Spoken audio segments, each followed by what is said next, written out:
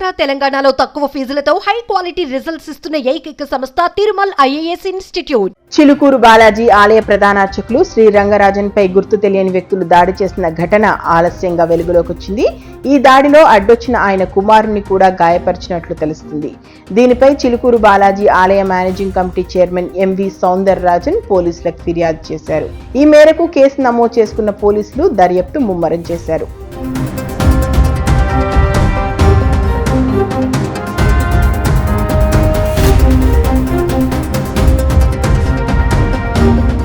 రంగారెడ్డి జిల్లా మోయినాబాద్ మండలం పరిధిలోని చిలుకూరు బాలాజీ ఆలయ సమీపంలోని రంగరాజన్ నివాసానికి శుక్రవారం నాడు పలువురు వ్యక్తులు వచ్చారు.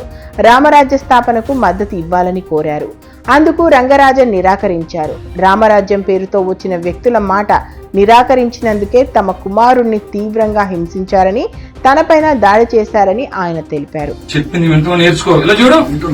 అవకాశం ఇస్తున్నా, ఉగాది వరకు సమయం ఇస్తున్నా. నీకు రామరాజ్ ఉన్నంత పక్కన పెట్టు, రామరాజ్య స్థాపన కోసం పనిచేయి. ఈ దాడికి పాల్పడిన వారితో పాటు పరోక్షంగా వారికి సహకరించిన వ్యక్తుల్ని కూడా గుర్తించి చట్టపరమైన చర్యలు తీసుకోవాలని చిలుకూరు బాలాజీ ఆలయ managing committee chairman MV Soundararajan ఫిర్యాదు చేశారు. ఆయన ఫిర్యాదు మేరకు కేసు నమోదు చేసి దర్యాప్తు చేస్తున్నామన్నారు పోలీసులు.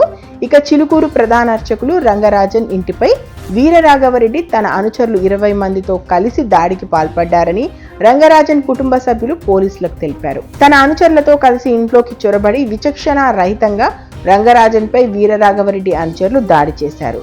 ఘటనపై ఆగ్రహం వ్యక్తం చేస్తూ అర్చకులు మోయినాబాద్ పోలీసులకు ఫిర్యాదు చేశారు. వారి ఫిర్యాదుతో కేసు నమోదు చేసుకున్న పోలీసులు నిందితుడు వీరరాఘవరెడ్డిని అదుపులోకి తీసుకున్నారు. కాగా 3 రోజుల క్రితం ఈ ఘటన జరిగినట్లు తెలుస్తుంది. ఇక కొంతమంది వ్యక్తులు రంగరాజన్ ఇంట్లోకి వెళ్లినట్లు సీసీటీవీ ఫుటేజ్ లో స్పష్టంగా కనిపిస్తుంది. వారు అలా వెళ్లి రామరాజ్య స్థాపనకు మద్దతివ్వాలని కోరుతూనే రంగరాజన్ పై దూషించిన వీడియో ప్రస్తుతం సోషల్ మీడియాలో వైరల్ గా మారింది.